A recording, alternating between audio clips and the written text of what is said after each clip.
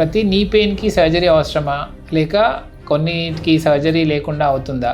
ఇది చాలా common doubt. నిజమేంటంటే ప్రతి నీ పెయిన్కి సర్జరీ అవసరం ఉండదు. నీ జాయింట్లో కార్టిలేజ్ అనేటువంటి స్మూత్ లేయర్ ఉంటుంది. ఇది బోన్ మధ్యలో ఉండే ఫ్రిక్షన్ని బాగా తగ్గించడానికి పనిచేస్తుంది కుషన్ లాగా. ఏజ్ వల్ల, వెయిట్ వల్ల, ఓవర్ యూసేజ్ వల్ల, ఇంజురీస్ వల్ల ఈ కార్టిలేజ్ స్లోగా థిన్ అవుట్ అవుతూ ఉంటుంది. ఎర్లీ స్టేజెస్లో పెయిన్ కొంచెమే ఉంటుంది, రెస్ట్తో తగ్గిపోతుంది. మెడిసిన్స్ అండ్ ఫిజియోథెరపీ బాగా హెల్ప్ చేస్తాయి. కానీ కండిషన్ బాగా ప్రోగ్రెస్ అయిపోయి వాకింగ్ చేయడం కష్టంగా ఉండడం, స్టేర్స్ క్లైంబింగ్ చేయడానికి కష్టంగా ఉండడం, నైట్ పెయిన్ రావడం, రెస్ట్ పెయిన్ రావడం ఉన్నప్పుడు అది అడ్వాన్స్ స్టేజ్. అది ఎక్స్రేలో జాయింట్ స్పేస్ పూర్తిగా తగ్గిపోయి బోన్ ఆన్ బోన్ కనిపిస్తుంది. ఇలాంటి స్టేజ్లో దీన్ని స్టేజ్ 4 ఆస్టియోఆర్థరైటిస్ అంటాం.